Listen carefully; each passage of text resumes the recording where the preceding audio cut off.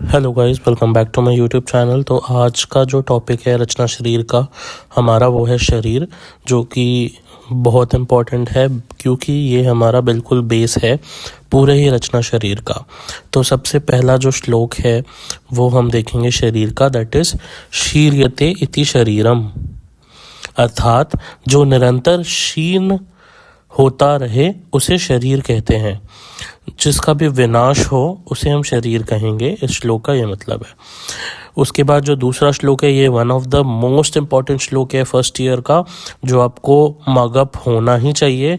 आप समहाउ इस श्लोक को कर लेना क्योंकि it will be important for you to gain marks in your Rachana Sharir paper. तो इस ये जो श्लोक है इसको हम इस तरह प्रोनाउंस करेंगे, दैट इज तत्र शरीरम नाम चेतनाधिष्ठानभूतम पंच महाभूत विकार समुदायात्मक संयोग वाहे, अर्थात जिसमें चेतना का वास हो।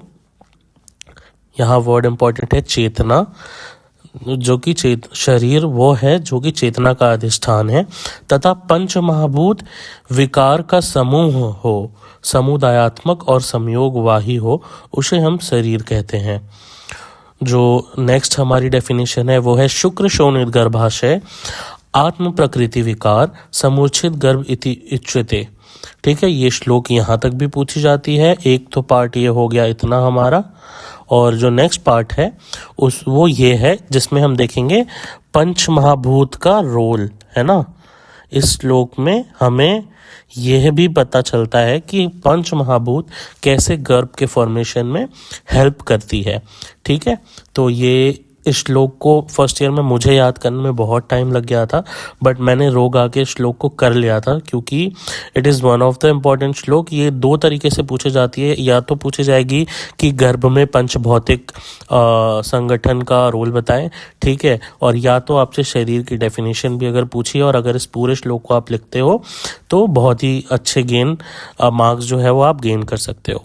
तो ये पूरा श्लोक कैसे जाएगा, शुक्र शोणितम गर्भाशय आत्म प्रकृति विकार समुचित गर्भ इति उच्यते। अगर तो आपको नेक्स्ट लाइंस नहीं याद हो रही तो आप यहीं तक लिख के छोड़ दो, कोशिश करना आप आगे की भी याद करो, लेकिन अगर नहीं हो पाती तो इतने में भी काम थोड़ा बहुत चलेगा। लेकिन अगर आप आगे का लिखते हो तो बहुत ही अच्छे मार्क्स जो है वो आप गेन कर सकते हो। तो आगे हम पढ़ेंगे तम चेतना अवस्थितम वायु विभर्जति तेजेन पचति आप क्लेदयन्ति पृथ्वी सहन्ति आकाशम विभर्जति एवं विवर्धति स यदा हस्तपाद जिवाघ्राण कर्म नितंब आदि अंगे उपेत तदा शरीर इति संज्ञा लब्धे, अर्थात गर्भाशय में शुक्र शोणित आत्म अष्ट प्रकृति षोडश विकारों के समुचित स्वरूप को गर्भ कहते हैं।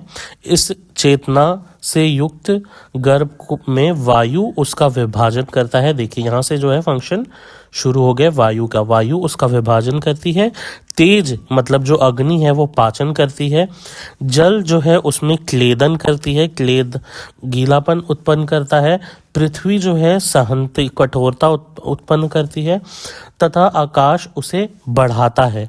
और इस प्रकार बढ़ा हुआ गर्भ में जब हाथ पैर जिह्वा नाक कर्ण नितंब आदि से युक्त हो जाता है तब उसे शरीर की संज्ञा दी जाती है।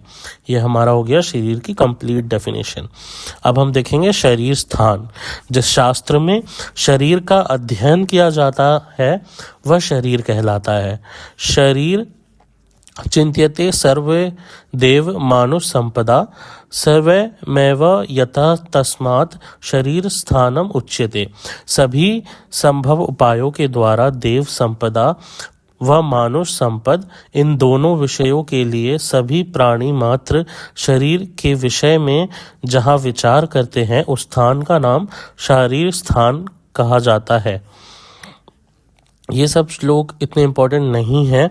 शरीर ज्ञान का प्रयोजन, ये one of the important topic है कि शरीर की हम ज्ञान जो ले रहे हैं वो क्यों ले रहे हैं। सभी प्रकार से सदैव जो चिकित्सक शरीर को पूर्ण रूप से जानता है वही लोक में मनुष्य को सुख देने वाले आयुर्वेद शास्त्र को पूर्ण रूप से जानता है।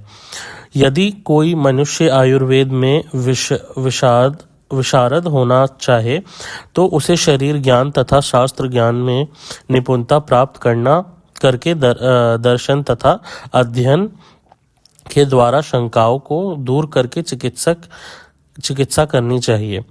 शरीर शास्त्र के विभाग, इसके विभाग जो है आयुर्वेद मत अनुसार शरीर शास्त्र को 2 भाग में बांटा गया है। जैसा कि हम जानते हैं, सबसे पहला जो हम पढ़ रहे हैं अभी रचना शरीर, जिस शास्त्र में शरीर की रचना का अध्ययन किया जाता है वो रचना शरीर, और दूसरा जो भाग है वो है क्रिया शरीर, जिस शास्त्र में शरीर की क्रिया का अध्ययन किया जाता है उसे हम क्रिया शरीर कहेंगे। सुश्रुत ने शरीर को 10 भाग में बांटा है। अब हम देखेंगे सुश्रुत के बताए हुए शारीर अध्याय। सर्वभूत चिंता अध्याय, शुक्र शोणित शुद्धि शारीर अध्याय, गर्भावक्रांति शारीर अध्याय, गर्भ व्याकरण शारीर अध्याय, शरीर संज्ञा व्याकरण शारीर अध्याय। ये ऐसे करके सारे अध्यायों के नाम हैं, जिसमें कि 10 टोटल अध्याय आपके हो गए, और स्थान के भी नाम हैं करीबन 8। इन सब के नाम आप चेक कर सकते हो अगर आप इंटरेस्टेड हो इतने डीप जाने में। वैसे ये क्वेश्चंस बहुत रेयरली पूछे जाते हैं। अकॉर्डिंग टू मॉडर्न शरीर शास्त्र के विभाग थ्योरेटिकली और प्रैक्टिकली, सैद्धांतिक दृष्टि और स्वच्छेदन दृष्टि से। तो एक तो हो गई कि हम थ्योरेटिकली जैसे पढ़ रहे रचना शरीर को, और स्वच्छेदन हो गया आपका डाइसेक्शन वाला पोर्शन, है ना। डाइसेक्शन को हम कहते हैं स्वच्छेदन आयुर्वेद में। और उसके बाद जो हम देखेंगे वो है systemic anatomy.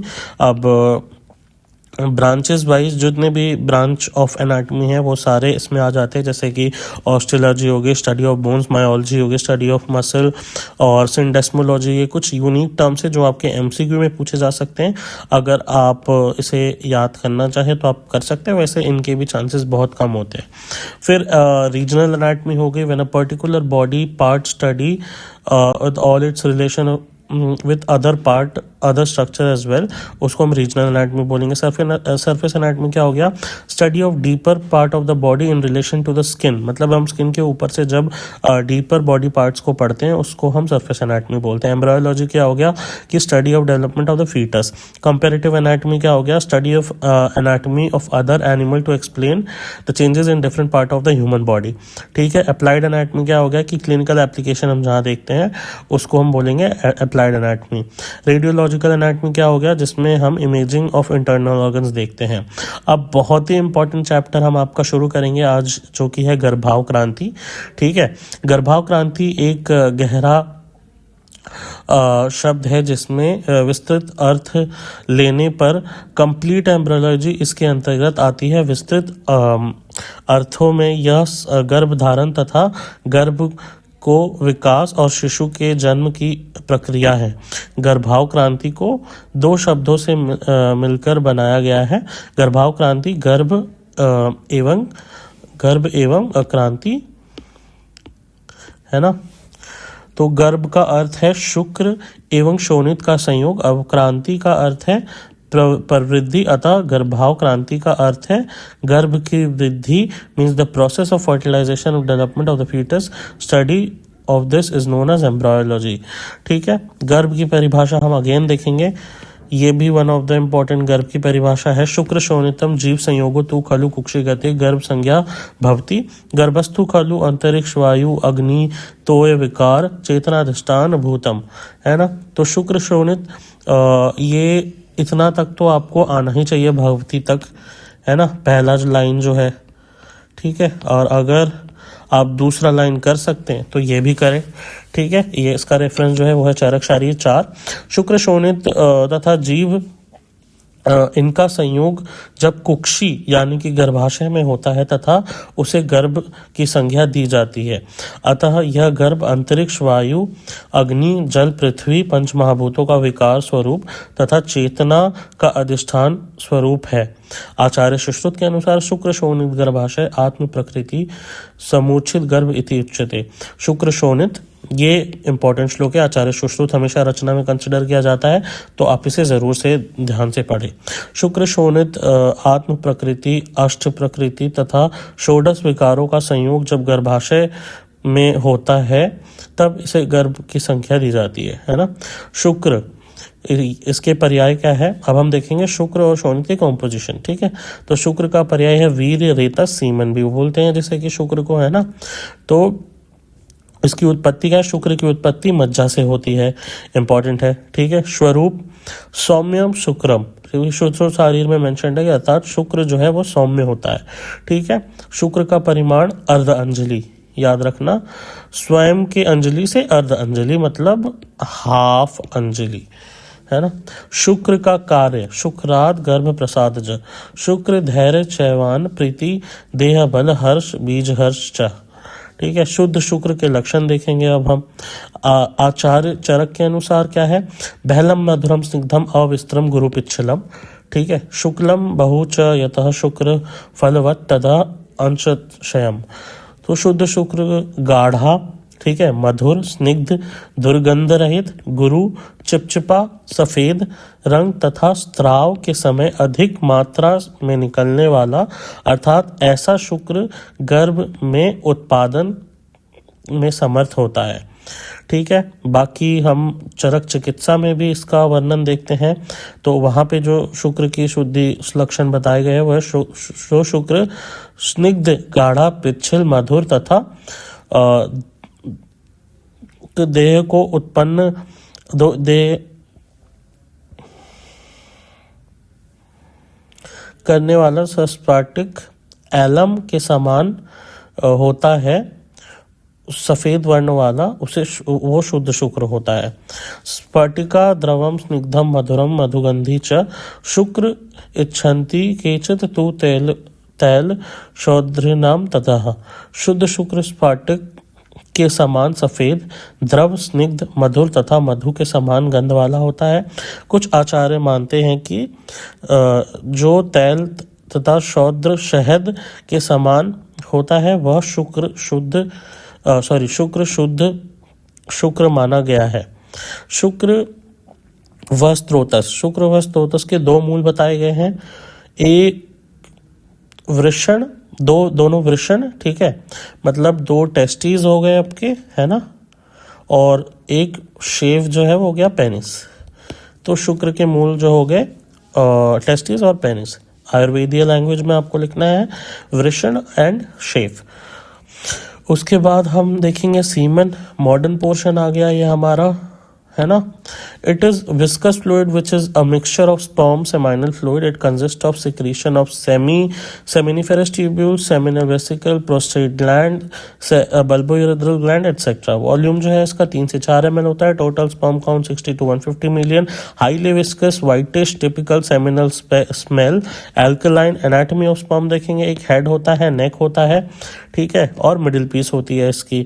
The head of the sperm is derived from the nucleus. It consists of 23 condensed chromosome. The head is covered by a cap-like structure called acrosome, acrosomal cap. The acrosome contains enzymes that helps in the penetration of the sperm into the ovum during fertilization. Neck piece इसमें जो है it contains the funnel-shaped basal body and spherical centriole. Middle piece, it consists of an axial filament surrounding by many mitochondria. याद रखना middle piece में mitochondria होता है। Axial filament begin here and centriole it passes from the middle piece to tail through a ring-like structure called annulus.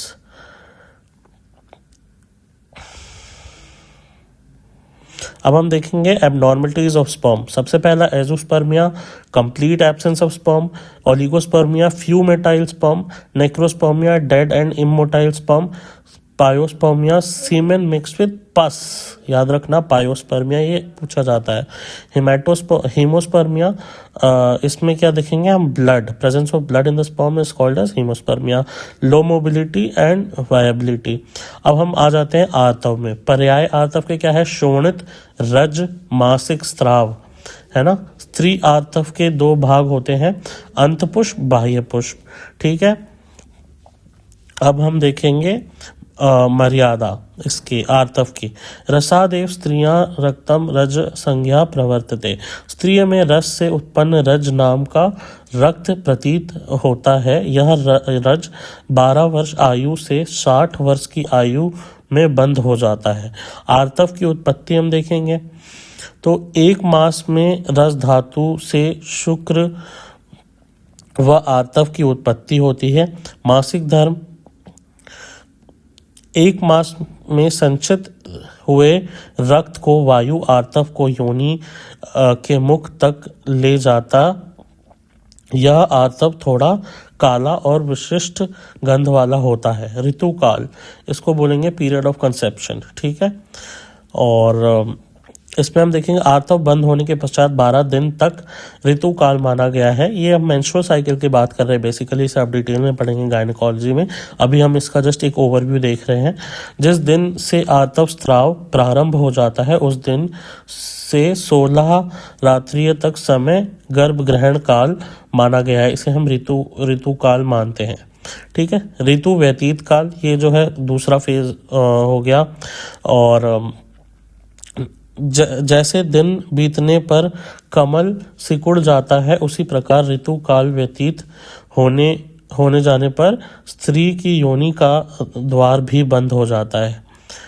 इसी time पे corpus luteum बनती है ना। सिक्रेटरी फेज बताया गया है जिससे प्रोजेस्टेरॉन का सिक्रीशन होता है। शुद्ध आर्तव का स्वरूप देखेंगे। जो आर्तव गुंजा फल के समान लाल वर्ण वाला, लाल कमल के पुष्प के समान वर्ण वाला या अलग तक के समान लाला एवं इंद्रगोपांश कीड़े के समान वर्ण वाला हो वो शुद्ध आर्तव कहलाता है। उसके बाद नेक्स्ट जो हम देखेंगे रेफरेंस वो है जो आर्तव खरगोश के रक्त के समान या लाक्षारस के समान लाल रंग का हो तथा वस्त्र को धोने पर जो रंजित ना करे वही आर्तव प्रशस्त आर्तव बताया गया है। जो आर्तव प्रत्येक मास निकलता हो बिना दाह के, बिना शूल के 5 रात्रि तक निकलता हो, मात्रा में न ज्यादा न कम निकलता हो, ऐसे आर्तव शुद्ध आर्तव माने गए हैं। ये भी एक इम्पॉर्टेंट रेफरेंस है। आर्तव का कार्य, आर्तव गर्भ स्थिति में कारक है। आर्तव का स्वरूप, आर्तव आग्नेय, याद रखना इसे, आर्तव का जो स्वरूप है वो आग्नेय है। इस टाइम पे हम अभी श्लोक में ध्यान ना दे ज़्यादा तो बेटर रहेगा, क्योंकि अभी आपके पास श्लोक रटने का टाइम नहीं है। अभी अगर आप बिल्कुल तैयारी में नहीं हैं तो बेटर ये होगा कि आप बस मीनिंग पढ़ के निकले और श्लोक को जो है वो स्किप कर सकते हैं। और अगर आपकी बेसिक जो है वो थोड़ी बनी हुई ऑलरेडी, तो इस टाइम पे इस नोट्स के थ्रू आप श्लोक जो है वो रिकॉल कर सकते हैं और हिंदी भी अपनी स्ट्रॉन्ग कर सकते हैं इस नोट्स के थ्रू। अगर आपको ये 100 नोट्स चाहिए होगा तो प्लीज़ कमेंट डाउन बिलो। मैं आपको बहुत ही नॉमिनल चार्ज में ये नोट्स जो है वो प्रोवाइड करा सकता हूँ। तो अगर आपको या आपके किसी भी नीडी फ्रेंड को इस नोट्स की ज़रूरत हो तो आप प्लीज़ कमेंट करें और मुझे बताएं। और बहुत ही क्रिस्प और कंसाइज नोट्स है ये। 100 पेजेस के आसपास में आपकी पूरी रचना लगभग कवर्ड है। तो बेफिक्र होके, बेझिझक होके अगर आप सिर्फ यही पढ़ के जाते हैं ना तो आप आराम से पास हो जाएंगे, ये मेरी गारंटी है। मैं खुद भी सिर्फ यही पढ़ के गया था अपने यूनिवर्सिटी एग्जाम में और मैं लगभग डिस्टिंक्शन लाया था अपने रचना के पेपर में, which was unexpected. Paper 1 was not that good but paper 2 में I scored around 65 just because of these notes and थोड़ी बहुत बीडीसी जो मेरी स्ट्रॉन्ग थी ऑलरेडी, मॉडर्न में मेरी अच्छी पकड़ थी, तो just because of that paper 2 was very good और पेपर 1 भी बहुत अच्छा गया था। सो रिवाइज करें। और नेक्स्ट का जो टॉपिक होगा वो हम देखेंगे गैमेटोजेनेसिस। ये आप देख सकते हैं नोट्स में अगला टॉपिक जो है वो गैमेटोजेनेसिस है। नोट्स के थ्रू ही हम चल रहे हैं, यही ज़्यादा बेटर रहेगा। इंपॉर्टेंट टॉपिक शुरुआत में ही कवर्ड है इस नोट्स में, तो इस वजह से हम भी इसी हिसाब से इसी फ्लो में चलेंगे। आई नो सिलेबस में कुछ अलग पैटर्न है बट हम इसके थ्रू भी चलेंगे, कोई दिक्कत नहीं है इससे भी, ठीक है। मिलते हैं अगले वीडियो में, तब तक के लिए bye, thank you, thanks for watching.